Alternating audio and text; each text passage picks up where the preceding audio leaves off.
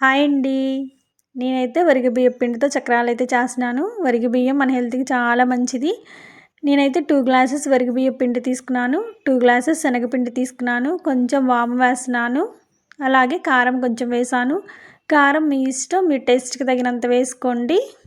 అలాగే కల్లుప్పునైతే వాటర్‌లో నానబెట్టుకొని ఉంచుకున్నాను. ఆ ఉప్పు వాటర్‌తోనే ఈ పిండిని కలుపుకుంటున్నాను. మరీ గట్టిగా కలుపుకోకూడదు పిండిని. అలా అని మరీ లూజ్‌గా కలుపుకోకూడదు. ఆయిల్ ఎక్కువగా పీల్చుకుంటాయి జావ అయితే పిండి. నేను చూపించే విధంగా కలుపుకోండి.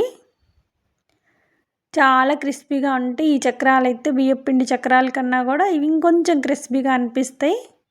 ఆయిల్ కూడా ఎక్కువగా పీల్చుకోవు. చూడండి ఈ విధంగా కలుపుకోండి. ప్రెస్ చేయడం కూడా బియ్యం చక్రాలైతే పెద్ద కష్టంగా కూడా అనిపించదు.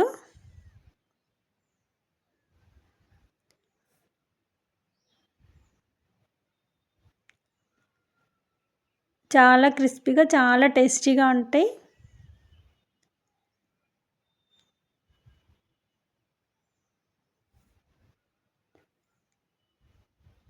మీరు ట్రై చేయండి ఈ విధంగా ఒకసారి బియ్యం పిండితో చక్రాలు.